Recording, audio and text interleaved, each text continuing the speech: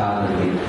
యెషయా ప్రవక్త 35వ అధ్యాయంలో 3 నుంచి మనం చదివినట్టుగా సడలైన చేతులను బలపరచుడి, తొట్టిల్లు మోకాళ్ళను దృఢపరచుడి, తత్తరిల్లు హృదయాలతో ఇట్లనుడి, భయపడక ధైర్యముగా ఉండుడి.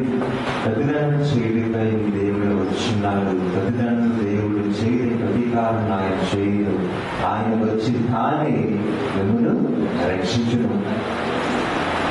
ఎన్నో సంవత్సరాల కిందట ప్రవక్త యెషయా మెస్సయ్యగా యేసుక్రీస్తు వారి లోకంలోకి వస్తున్నారు అనే ప్రవచనాన్ని ఈ యొక్క వాక్యంలో చెప్పినట్టుగా మనము గమనిస్తున్నాం. సాధారణ యెషయా 9:6 మనం చాలాసార్లు ఆశ్చర్యకరమైన దేవునిగా, బలవంతులైన దేవునిగా, నిత్యుడైన తండ్రిగా ఆయన మనకున్నారని చదువుతాం. అలాగా యేసుక్రీస్తు వారి లోకంలో మెస్సయ్యగా రాబోతున్నారు అనే ఆ గుర్తు ఆయన అనేకమైన వాక్యాల్లో రాశారు. మరి ఎటువంటి వాక్యమే యెషయా 9:6 లాగే ఇది కూడా 35:3 నుంచి మనము చూడవచ్చు. మరి సడల చేతులను బలపరచుడి, తత్తరిల్లు హృదయాలతో ఇతరుడి తొట్టిల్లు మోకాళ్ళను బలపరచుడి. మరి మీ యొక్క దేవుడు రాబోతున్నారు అనే మాట యెషయా ప్రవక్త ఇశ్రాయేల్ ప్రజలకి చెప్పడము జరిగిందండి. ఇశ్రాయేల్ ప్రజలు అప్పటి వరకు చూస్తే మొట్టమొదటిగా ఐగుప్తు యొక్క చెరలో నుంచి విడిపించబడ్డారు ఫస్ట్. తర్వాత బబులోను చెరలో కూడా వెళ్ళిపోయారు. ఆ చెరలో ఉన్నప్పుడు కూడా ప్రవక్త ఎప్పుడు ఒకటే మాట చెప్పేవారు, మీరు అధైర్య పడవద్దు, బలహీన పడవద్దు, బలముగా ధైర్యంగా ఉండండి, మిమ్మల్ని రక్షించిపోయే మెస్సయ్య అలాగే అనేకమైన చెరల నుంచి మిమ్మల్ని రక్షించారు.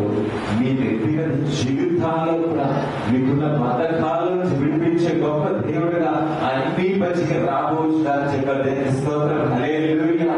అందుకనే మరి ఆయనే వచ్చి తానే మిమ్మల్ని రక్షించను, ఆయనే వచ్చి తానే మిమ్మల్ని రక్షించను మాట ఇక్కడ రాయబడడం చూస్తున్నాం. కాబట్టి ఆయనే వచ్చి అంటే ఎంత ప్రత్యేకమైన మాట ఉండేది చూడండి. సాధారణంగా మన రాష్ట్ర ముఖ్యమంత్రి కనుక ఆయనే వచ్చి మన ఇంటి దగ్గర ఒక మొక్క నాటితే అందరినీ పక్కన పెట్టి ఐఏఎస్ ఆఫీసర్ మనకు ఎలా అనిపిస్తుంది? అది కూడా ముఖ్యమంత్రి గారు వచ్చి మన ఇంటి ముందు మొక్క నాటారు అని ఎంతగా మనం గొప్పగా అనుకుంటాం, ఎంత సంతోషంగా ఫీల్ అవుతాం. ఆ ఫోటోని అందరికీ షేర్ చేస్తాం స్టేటస్ లో వాటిలో. ఈ రోజున ఏదైనా సరే అన్ని ఆన్లైన్ లో స్టేటస్ లో షేర్ చేయడం తెలుస్తుంది అందరికి, ఎక్కడేం జరుగుతుందో. ఒక ఢిల్లీలో ఏం జరుగుతుందో తెలుస్తుంది, ఢిల్లీలో ఏం జరుగుతుందో కూడా తెలుస్తుంది. ఢిల్లీ టు ఢిల్లీ అన్ని విషయాలు అందరికీ స్పష్టంగా తెలుస్తూ ఉన్నాయి. కాబట్టి అలాగే ఇది కూడా దాచిపడి రోజు లేదండి. మరి ఎందుకనే మరి ప్రవక్త యెషయా మన ప్రతి ఒక్క సమస్య ఇబ్బంది తెలిసినటువంటి దేవుడిగా ఉన్నారు. మరి ముఖ్యంగా మన శ్రమ ఏ రీతిగా ఉంది, మన హృదయంలో ఎలా మనం నలిగిపోతున్నాం, మనం ఇబ్బంది పడే స్థితి ఏంటి అనేది దేవునికి స్పష్టంగా తెలుసండి. అందుకనే మరి తగిన సమయంలో జనాంగమా మరి మీ యొక్క దేవుడు తానే వచ్చి మిమ్మల్ని రక్షించడం అనే మాట చెప్తున్నారు. మరి ప్రవక్త యెషయా చెప్పిన మాట నెరవేరింది. దేవుని స్తోత్రం, హల్లెలూయా. ఎప్పుడంటే కాలం సంపూర్ణమైనప్పుడు దేవుడు తన కుమారుని మెస్సయ్యగా పంపించారు. మెస్సయ్యగా పంపించి సర్వ మానవాళి ఎదుర్కొనేటువంటి అనేకమైన సమస్యల గురించి మరి యేసుక్రీస్తు వారు ఎన్నో పరిష్కార మార్గాలు ఆయన ఇవ్వడము జరిగింది. ఈ లోకంలో సమస్య ఉండడం ఒక ఎత్తు, మరొక వైపు సమస్య ఎలా పరిష్కరించుకోవాలనే జ్ఞానము, ఆ ఆలోచనలు చాలా ముఖ్యము. మరి అది లేకపోతే సమస్యగానే మిగిలిపోతారు. అందుకని యేసుక్రీస్తు వారు మానవ హృదయాల్లో మనుషులు ఏ రీతిగా సతమతం అవుతారు, ఎందుకు ఇబ్బంది పడుతున్నారు, ఎన్ని కష్టాలు ఏ రీతిగా వారు మనుషులను గ్రహించి అందరికీ కూడా గొప్ప రక్షణ ఇవ్వడానికి వచ్చారు. దేవుని స్తోత్రం, హల్లెలూయా. కాబట్టి శారీరకమైన ఇబ్బందులతో గురవుతున్న వారికి, ఆత్మలో నలిగిపోతున్న వారికి గొప్ప శాంతిని ఇవ్వడానికి ఆయన వచ్చారండి. అందుకనే యెషయా 9:6 ఆయన సమాధానాలకు కర్త అని పిలువబడ్డారు. దేనికి కర్త ఆయన? సమాధానాలకు కర్త. మరి మొట్టమొదటిగా చివరిగా ఆయన జీవించిన జీవితంలో అన్ని స్టేజుల్లో కూడా ఈ 3 స్టేజుల్లో ఆయన వచ్చినప్పుడు, జీవించినప్పుడు, లోకాన్ని వెళ్ళిపోతున్నప్పుడు కూడా ఒకే మాట అన్నారు, నేను నా శాంతిని మీకు అనుగ్రహిస్తున్నాను చెప్పారు. దేవుని స్తోత్రం, హల్లెలూయా. కాబట్టి ఎంత గొప్ప మాట అండి. సర్వ మానవాళికి కూడా ఏదైనా కొరత ఉందంటే అది శాంతి, సమాధానం. మరి ప్రస్తుత ప్రపంచంలో కూడా మనం చూస్తున్నాం, ఎన్నో దేశాల్లో, ఎన్నో కంట్రీస్ లో దేశం మీద దేశం లేవడంలో చూస్తున్నాం. ఎక్కడ కూడా సమాధానం అనేది కనపడటం లేదు. కాబట్టి దేవుని సంగమా, ఇటువంటి సమయంలో, ఇటువంటి పరిస్థితుల్లో అది వ్యక్తిగతంగా కూడా అవ్వచ్చు, సామాజికంగా కూడా అవ్వచ్చు, ఏ రకంగా అయినా మరి దేవుని వాక్యము ఇటువంటి పరిస్థితుల్లో మనతో ఏంటి చెప్తుంది, ఏం మాట్లాడుతుంది ఈ సందర్భాల్లో అనే విషయాన్ని మనము ఆలోచించాలి. అందుకనే ఎప్పుడు కూడా మరి ఒక భక్తులు ఏమన్నారంటే, ఆయన పేరు నతానియేల్ గారు. నతానియేల్ భక్తులు గారు ఏమన్నారంటే, బైబిల్ ఒక వైపు మనం పెట్టుకొని మరొక వైపు విస్తారం పెట్టుకోవాలని. ఏం పెట్టుకోవాలండి? బైబిల్ ఒక వైపు, విస్తారం ఒక వైపు పెట్టుకుంటే ఈ యొక్క లోకం యొక్క పరిస్థితుల్లో దేవుని యొక్క వాక్యము ఏం చెప్తుంది, ఈ లోకంలో జరిగే విషయాలకు, పరిస్థితులకు దేవుని వాక్యము ఏం చెప్తుంది, మనతో ఏం మాట్లాడుతుంది, ఈ పరిస్థితులకు దేవుని వాక్యం ఏం చెప్పాలనుకుంటుందని మనం తెలుసుకోవాలంటే రెండు పక్కన పెట్టి చదవాలంటారు. ఈ రోజుల్లో మరి విస్తారం 2 మంది చదువుతారో తెలియదు, కానీ ఫోన్ అయితే వచ్చేసింది. మరి ఆ రీతిగా ఎన్నో మరి అవకాశాలు లోకంలో ఏం జరుగుతుందో మనకు తెలియడానికి ఎన్నో ఉన్నాయి. అయితే బైబిల్ ద్వారా ఆ విషయాన్ని మనం ఆలోచించాలి అనే విషయము మనము గ్రహించాలండి.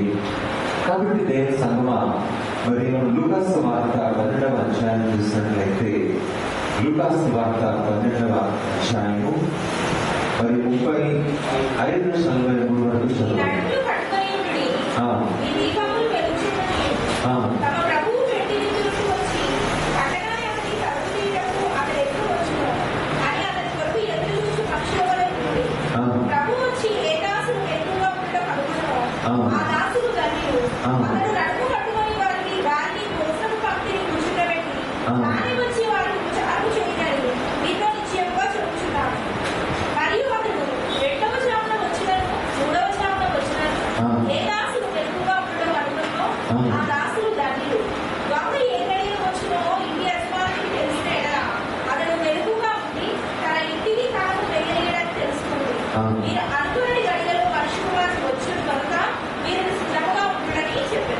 చాలండి.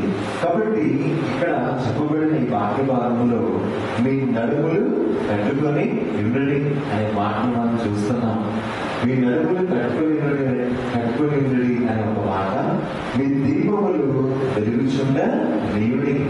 మరి చారిత్రాత్మకంగా చూసినట్లయితే మరి ఇజ్రాయెల్ దేశంలో యాజకులు కూడా మరి అప్పట్లో వారు ఏం చేసేవారంటే, వారు ఆయా సమయాల్లో మరి వారి యొక్క ఇంటిలకు, వారి యొక్క ద్వారాలకు మరి దీపాలు వారు వెలిగించేవారు. ఏం వెలిగించారు? దీపాలు వెలిగించేవారు.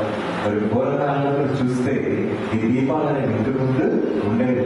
కేవలం దీపావళిప్పుడే కాదు, ఎప్పుడు కూడా పూర్వకాలం దీపాలు వెలిగించుకొని బయటకు వెళ్ళేవారు. అప్పుడు కరెంట్ ఏమి వేరే మామూలు లైట్లు, బల్బులు ఏమీ లేవు ఇలాంటివి. అయితే పూర్వకాలం ఇజ్రాయెల్ దేశంలో అలాంటి దీపములు వెలిగించుకొని పెట్టుకునేవారు.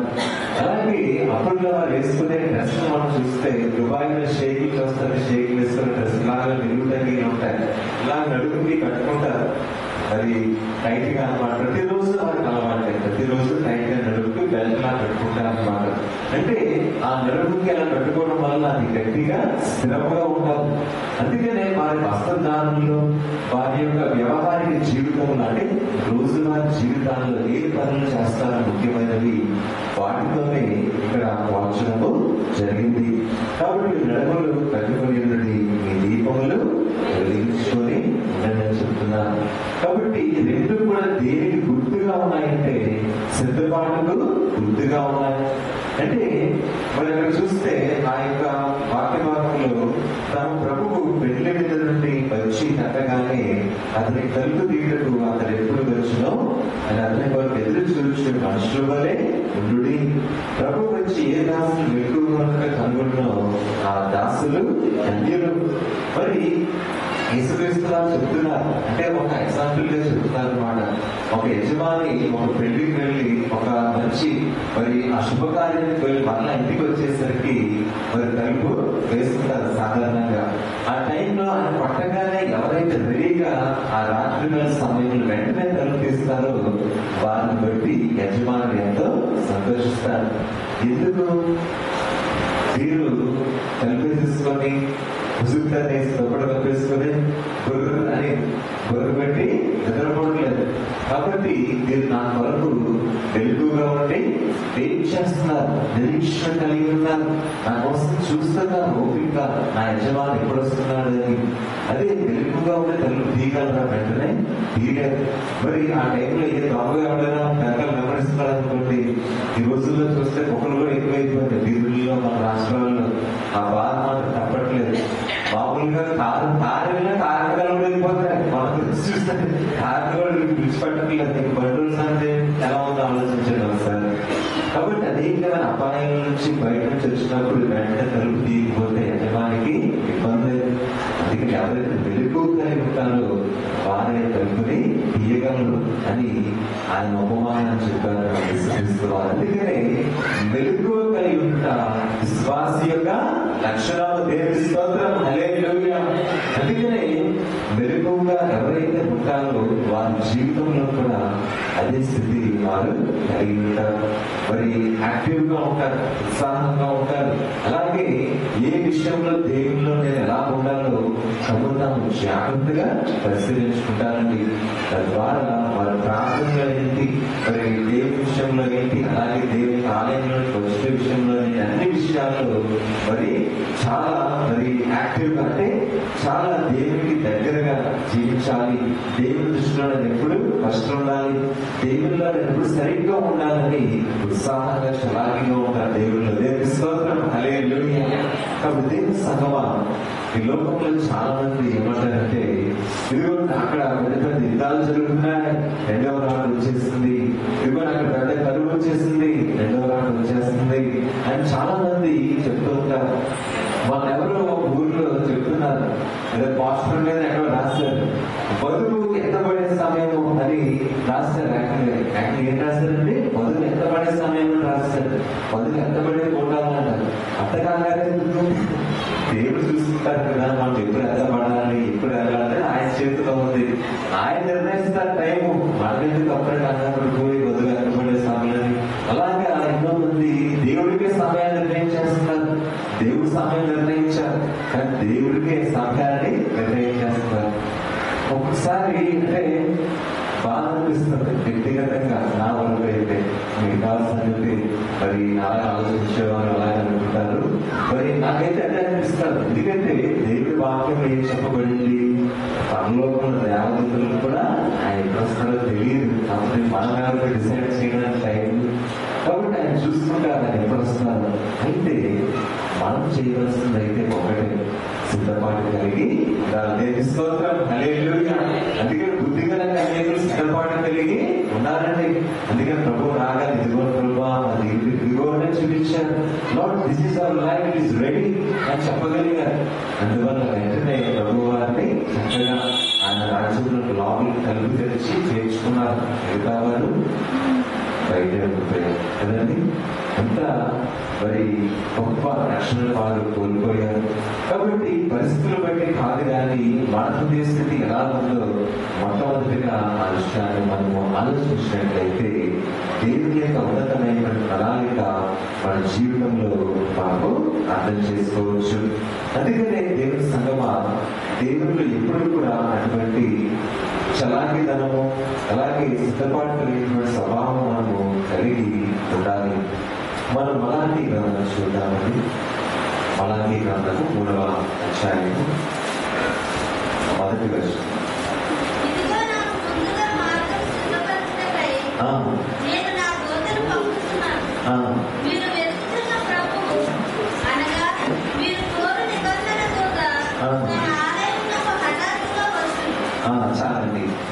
నాకు ముందుగా మార్గము సిద్ధపరచుటకై నేను నా దూతను పంపుచున్నాను.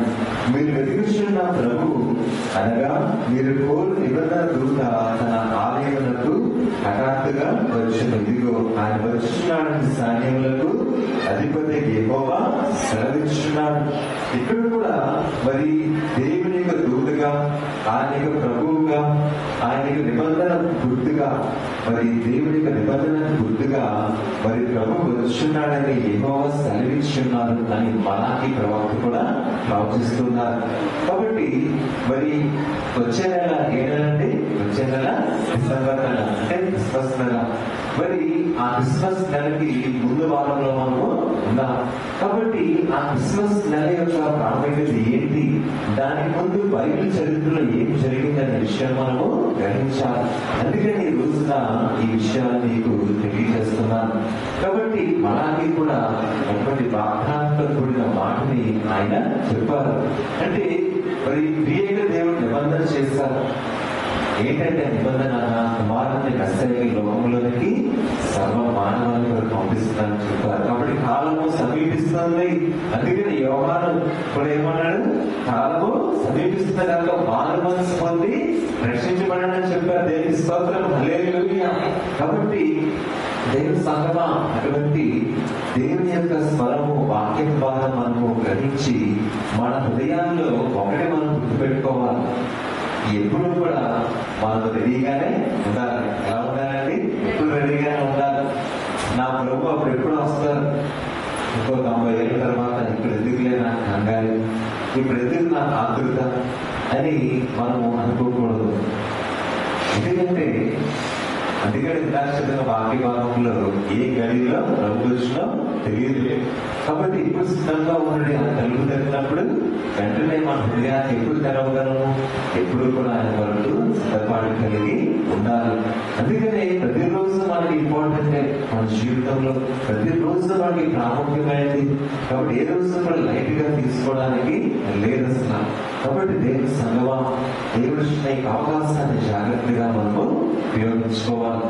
అందుకే నా దగ్గరికి త్వరగా రండి అని యేసుక్రీస్తు వారు ఇదే రక్షణ దినము అని రేపు కాదని చెప్పారు. దేవుని స్తోత్రం, హల్లెలూయా. అంటే అలా చెప్తేనే కదా ప్రతి ఒక్కరికి రక్షణ విలువేంటో తెలుస్తుంది. అలాగే మరి ఇప్పుడు ఆ రెండవ రాకడలో వస్తారో మనకు తెలియదు కనుక అసలు నిజంగా చెప్పాలంటే ఎప్పుడు రెడీగా ఉండేవాడే దేవుని యొక్క బిడ్డ. దేవుని స్తోత్రం, హల్లెలూయా. అలాగే ఎప్పుడు ఒకటే మనసుతో ఉండేది అయితే దేవుని రాజ్యంలోనికి ప్రవేశించగలరు. కాబట్టి ప్రతిరోజు మనకి చాలా ప్రాముఖ్యమైనది. అలాగే దేవుని యొక్క ఆలయాన్ని కూడా మనము ఆలోచించాలి. దేవుడు క్రియేటివ్ దేవుడు ముందుగానే మరి ఆరాధన సమయంలో ఏ రోజైనా సరే ఆయన ముందుగానే ఇక్కడ ఉంటారు. అయితే ఆయన ఉండి ఆయన ఏం చేస్తారంటే మన కోసం ఆయన వెయిట్ చేస్తారు. మన కోసం ఏం చేస్తారంటే దేవుడు వెయిట్ చేస్తారు. అంటే దేవుడు మన కోసం వెయిట్ చేస్తున్నారంటే మనము ఆయన్ని వెయిట్ చేయించడం కరెక్ట్ అంటారు? ఆలోచించండి, కరెక్ట్ కాదు కదా. కాబట్టి దేవుని యొక్క ఆరాధన సమయం ఏదైనా సరే దేవుడే మనకు ముందుగా వెయిట్ చేస్తున్నారంటే మనం ఇంకా త్వరగా దేవుడి దగ్గరికి వెళ్ళాలి. అలా వెళ్ళినప్పుడు దేవుడికి మనం ప్రాధాన్యత ఇచ్చి దేవుడికి మొట్టమొదటి స్థానాన్ని మనము ఇచ్చినట్టు కదా. ఈ లోకంలో మరి ఒక్కొక్క రోజున ఎలా ఉంటుందంటే సడన్ గా మనకి ఎప్పుడైనా ఒక వార్త రావచ్చు, రేపు ఇంటికి చెకింగ్ ఆఫీసర్ గారు వస్తారు, చుట్టుపక్కల బాగా శుభ్రపరచుకోండి అంటే ఏం చేస్తాం, అన్ని కూడా క్లీన్ చేసేసుకుంటాం. కాలం అంతా క్లీన్ చేసేస్తాం, చుట్టుపక్కల కాగితాల్లో తీసేస్తాం.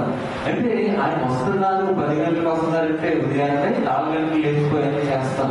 కాబట్టి దేవుని ఆరాధన ఆలయానికి కూడా మనము అంతే ఆసక్తితో మనము ఉండాలి.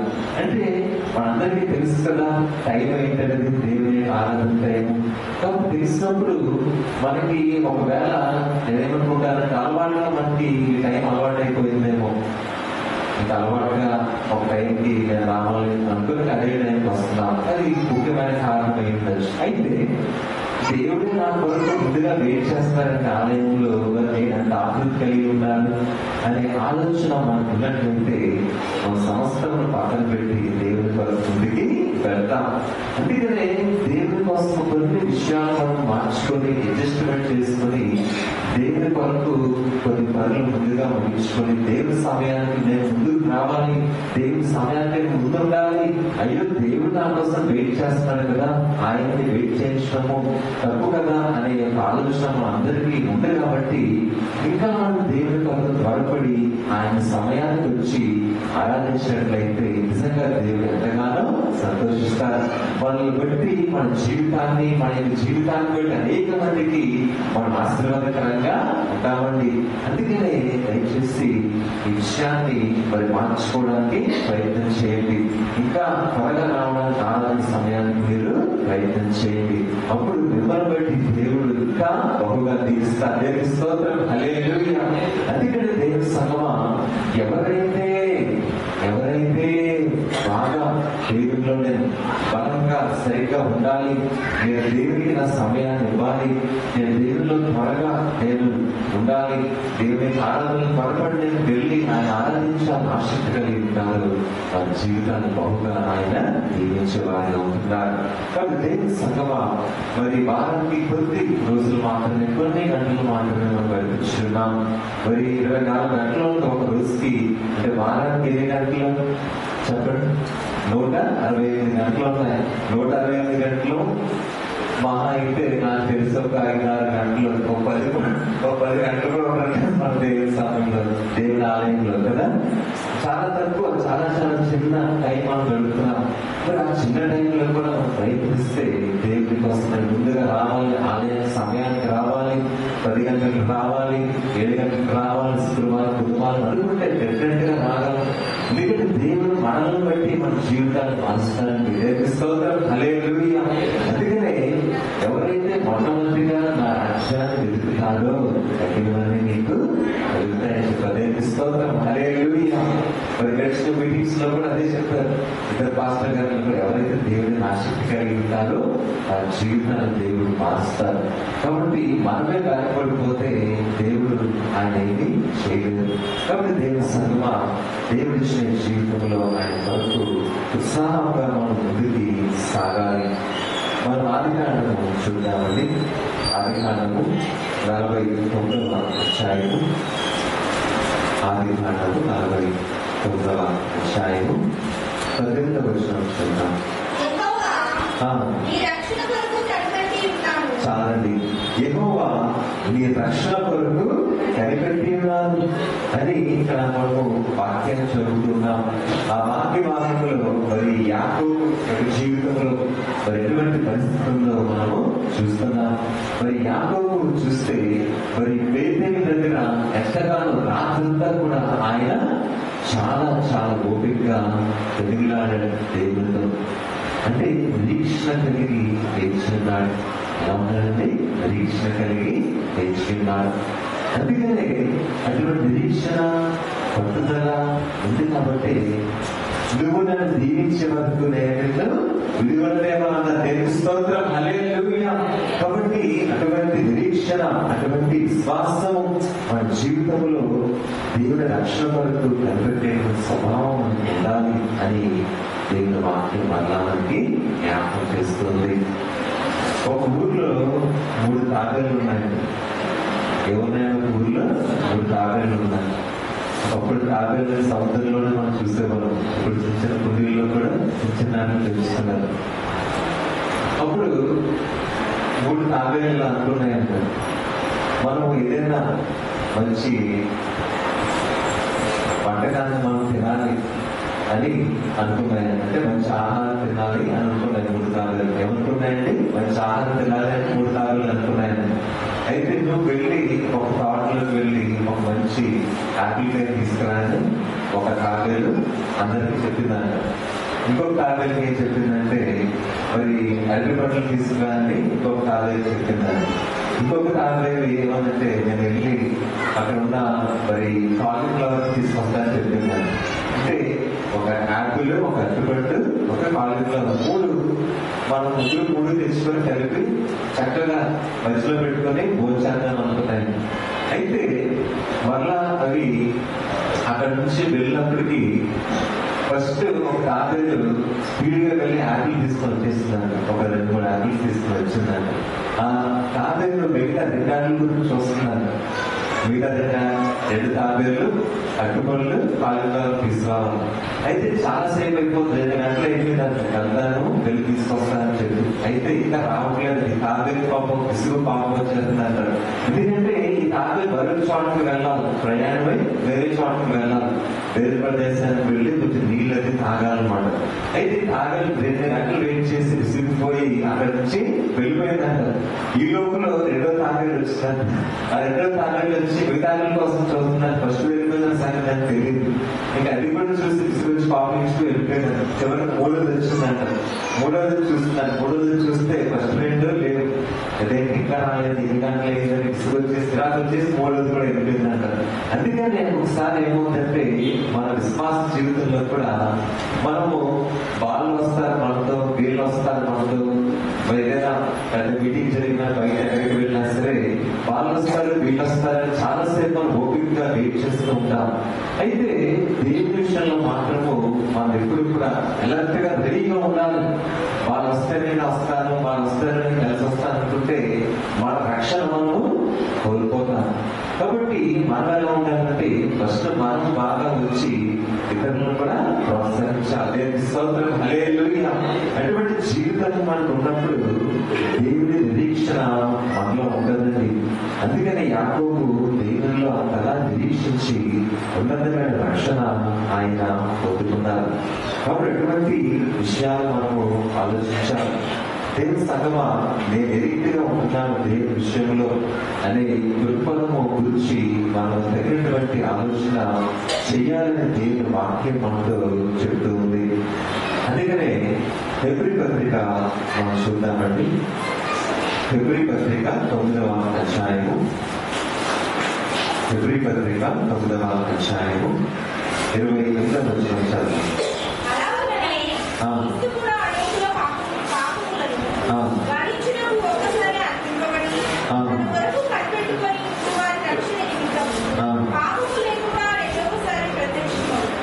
చాలండి.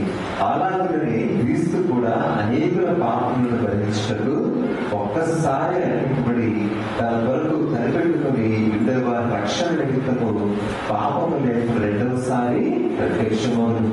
కాబట్టి మొదటిసారి దేవుడు తన కుమారుని పంపించారు లోకంలోనికి.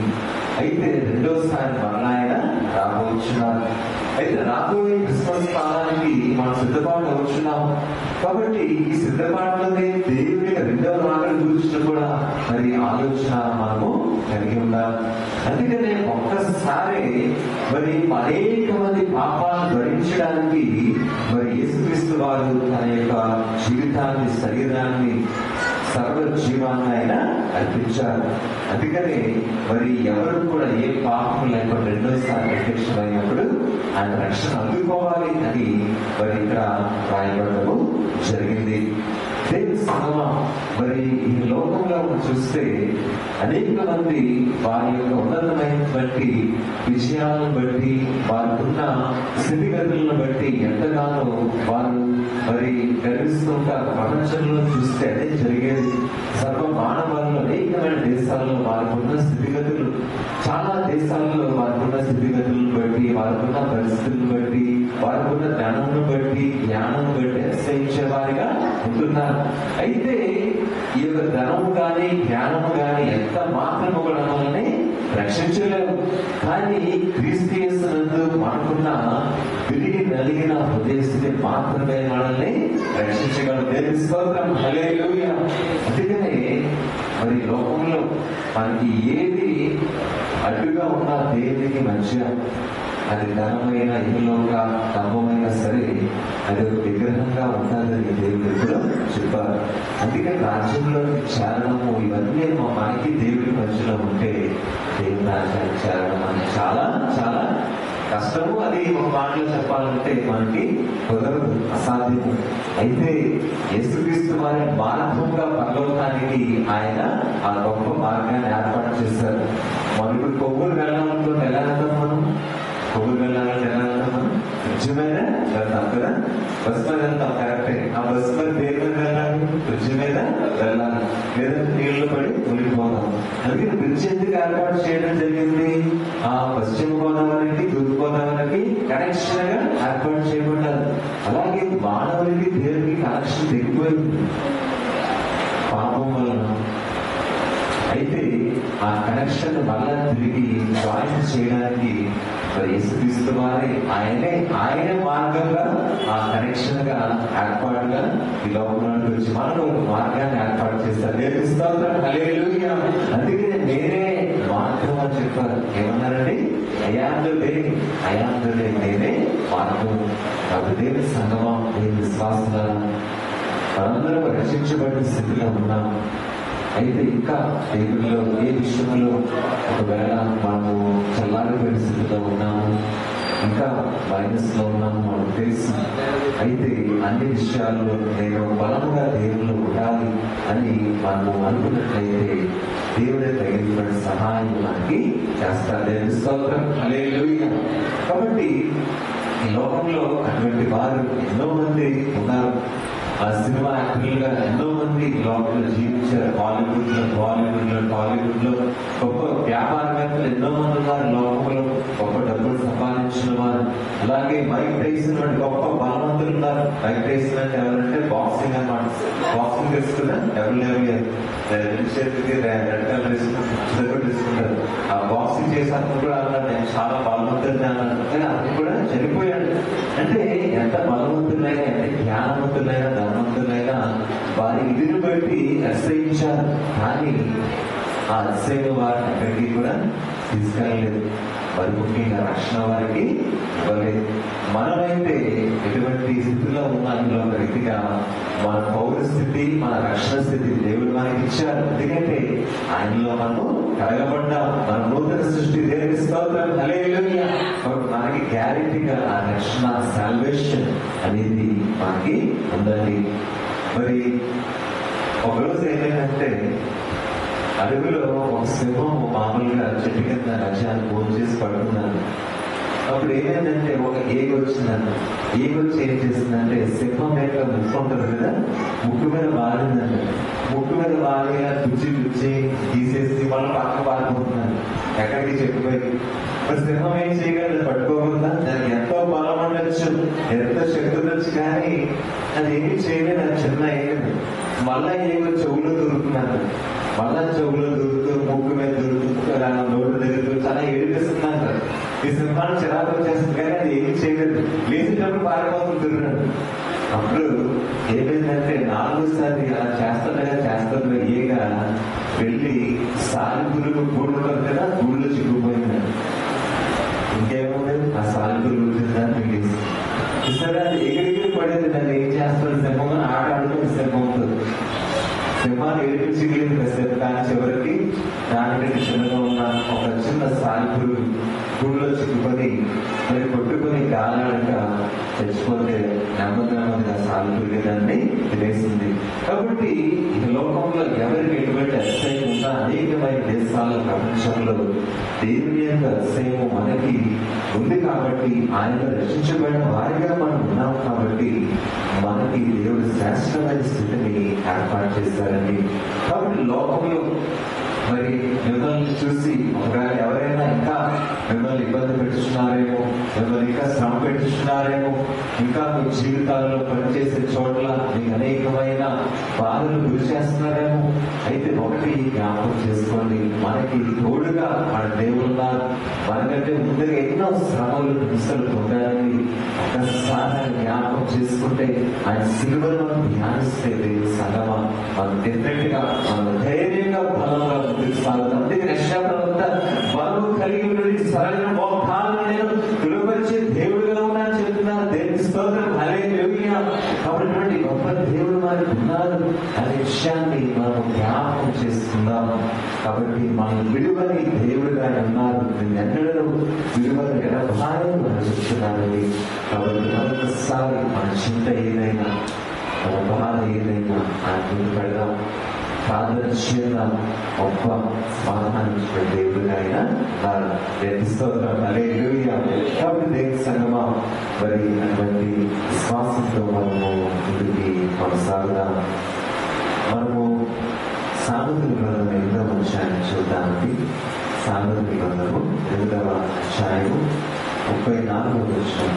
అనుదినము నా కడప యొక్క కనిపెట్టుకొని నా ద్వారబంధం యొక్క కాచుకొని నా ఉపదేశం విలువారు ధన్యుడు. కాబట్టి అనుదినము నా కడప యొక్క కనిపెట్టుకొని నా ద్వారబంధం యొక్క కాచుకొని నా ఉపదేశం విలువారు ధన్యుడు. మరి ఈ వాక్య భాగంలో కూడా చూస్తే ఎవరైతే దేవుని వాక్యాన్ని వినాలి అని ఆసక్తి కలిగి ఉంటారో, కనిపెట్టుకొని ఉంటారో, వారి జీవితాల్లో దేవుడు గొప్ప కార్యాన్ని ఆయన చేసేవారికి ఉన్నారు. కాబట్టి అటువంటి నిరీక్షణ ఆశ మనకి ఉండాలి. దేవుని ఉపదేశాన్ని వినాలి అనే కోరిక మనలో ఎక్కువగా ఉన్నట్లయితే అటువంటి జీవితాన్ని దేవుడు గ్యారెంటీగా బలపరుస్తారండి. దేవుని సంగమా, మరి అలాగా మనము చూసినట్లయితే మరి ఒక వ్యక్తి నాతో మాట్లాడుతూ ఆయన చెప్తున్నమాట, నేను కూడా ఆ యొక్క ప్రాంతంలో వాక్యాన్ని ప్రకటించి ఆ తర్వాత నేను ఇంకా మరి అన్ని ముగించుకున్న సమయంలో మరి మంచినీళ్ళు తాగుతున్నప్పుడు మరి ఆ ఒక వ్యక్తి వచ్చి విశ్వాసం చెప్తున్నారు. అంటే మరి ఆయన జీవితంలో ఏం జరిగిందంటే, మరి కరోనా టైంలో చాలా మందికి ఏమైనా మనకు తెలుసు, చనిపోయిన వాళ్ళందరికీ బ్యాగ్ లో పెట్టేసి తిప్పేసేసి ఇంకా బయట పడేస్తారంటే, ఇంకా చెత్తలాగా ఎలా పడేస్తారు, పుట్టుకోవడానికి కూడా మరి అందరికీ భయమే కదా. ఆయన కూడా కరోనా వచ్చినప్పుడు హాస్పిటల్లో జాయిన్ చేసినప్పుడు చాలా దేశించిపోయి ఇంకా కావాలని వెళ్ళిపోయాడు అనమాట. ఇంకా చనిపోయాడు మరి బ్యాగులు తిప్పేసి పెట్టేశారంటే ఆయన హాస్పిటల్లో. తీరా చూస్తే ఏమైందంటే పక్కనే ఆయన ఉన్నాడు ఒక ఆయన రోజు ఆయన అలవాటు ఏంటంటే పొద్దున్నే లేచి బైబిల్ చదువుకుంటారు. ఎక్కడ ఉన్నా సరే ఆయనకు ఒక టైఫాయిడ్ జబ్బు మీద వచ్చింది. ఆయనకి పాపం జలుబు టైఫాయిడ్ వచ్చిన తగ్గిపోయింది. చివరి 2 రోజుల్లో ఉన్నాక డాక్టర్ పర్లేదు పంపిణీ చేస్తామని చెప్పినప్పుడు రోజులాగే ఆ మంచం మీద కూర్చొని బైబిల్ తెరిచి చదువుకుంటాడు. ఆ టైంలో ఆయన సడన్గా చూశాడంటే కిందకి, అక్కడ కింద వ్యక్తి ఎవరినైనా బ్యాగ్ లో పెట్టేసి తిప్పేస్తున్నా చదువుతాడంటే ఆయన. ఇదేంటి బ్యాగ్ చదువుతుంటే ఇంట్లో ప్రాణం ఉందని ఇద్దరు తిప్పేస్తారు. వెంటనే దర్శనం గురించి అమ్మ వెళ్ళరామా ఆయన చదువుతున్నాడు చూడండి, ఆయన బ్రతిగా ఉన్నాడు, జిప్ ఓపెన్ చేయడం చెప్తే అప్పుడు జిప్ ఓపెన్ చేశారు. అప్పుడు మొత్తానికి ఆయన కావాల నుంచి బయటకు వచ్చాడంటే, అంటే అప్పటి వరకు ఆయన స్థితి ఏంటో ఆయనకి తెలియదు, అందరూ చనిపోయినట్టు చెప్పేస్తారు. కానీ అద్భుత రీతిలో ఆయన కళ్ళు తెరిచారు. అంటే మరణ సమయంలో, మరణ పాశంలో, మరణ సమయంలో ఆ చివరి స్టేజ్ లో అంత అయిపోయింది, చనిపోయారు అనుకున్న ఆ పరిస్థితిలో కూడా దేవుడు జీవాన్నిచ్చి కదిలించారు. అక్కడ మీరు ఆలోచించాల్సింది ఏంటంటే, ఆ వ్యక్తి బైబిల్ చదువుకుంటూ ఏమి చూశాడు కదండి, చూడకపోతే ఇంకేమో తీసుకెళ్ళిపోయి పడేది మట్లో కప్పెట్టేసి ఇంకా అప్పుడు ఎప్పటికీ రాలేదు బయటికి, ఇంకా సజీవ సమాధి అయిపోదు. కాబట్టి దేవుడు భక్తి కలిగిన ఈయనకి దేవుడు చూపించారు ఆయన గురించి. నిజంగా ఇంకా ఆయన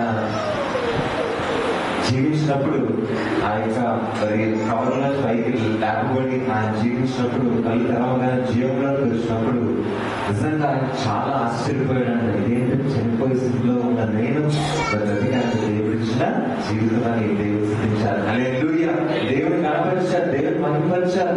ఇక్కడ జీవితం అంతా కూడా దేవుడి కొరకేంది, తను తాను దేవుడి సేవకులకు సమర్పించుకున్నారన్నారు. దేవుడి స్తోత్రం. హల్లెలూయా.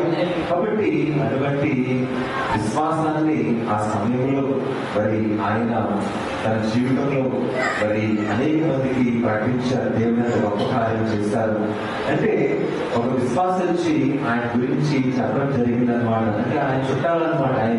ఆయన రీతిగా జరిగిన ఆ వ్యక్తి ఆయన చుట్టాలన్నమాట. ఆ యొక్క చావులకు అంచు వరకు వెళ్ళిన వ్యక్తి ఆయన చుట్టాలన్నమాట.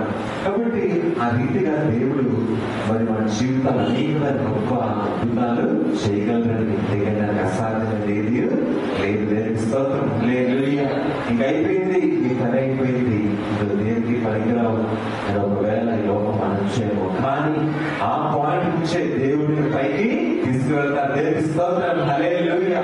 కాబట్టి దేవుని సంగమా జీవమును ఆయన అధికారంలో పెట్టుకున్న దేవుడుగా ఉన్నారు. మరణములు కూడా అధికారంలో పెట్టుకున్నారు. అందుకని మనకి గొప్ప రక్షణ మరి మరణంలో క్షేమానికి స్తోత్రం, హల్లెలూయా. కాబట్టి వారి నుంచి తిరిగి లేచి మరి ఎన్నో రాకడలో రాబోతున్న దేవుని కొరకు మనము సిద్ధపాటు కలిగిన హృదయంతో ప్రతి రోజు మన జీవిత యాత్రలో మనము ఉండాలి. ప్రతి రోజు మనకి చాలా ఇంపార్టెంట్. కాబట్టి దేవునిలో ఎలా ఉంటున్నాను, దేవుని ఆలయంలో, దేవుని సన్నిధానంలో, దేవుని విషయంలో, ఆత్మీయ స్థితిలో ఎలా జీవిస్తున్నాను అనే ఆశ మనకున్నట్లయితే తప్పకుండా మన జీవితంలో చక్కటి ఉన్నతమైన మార్పులు, ఆశీర్వాదాలు దేవుడు మనకి ఇస్తారు. జీవితాలు దేవుడు అందరికీ ఇచ్చిన కాక చెప్పబడిన వాక్యం మీ హృదయాన్ని దేవుడితో వచ్చిన కాక ఆమేన్.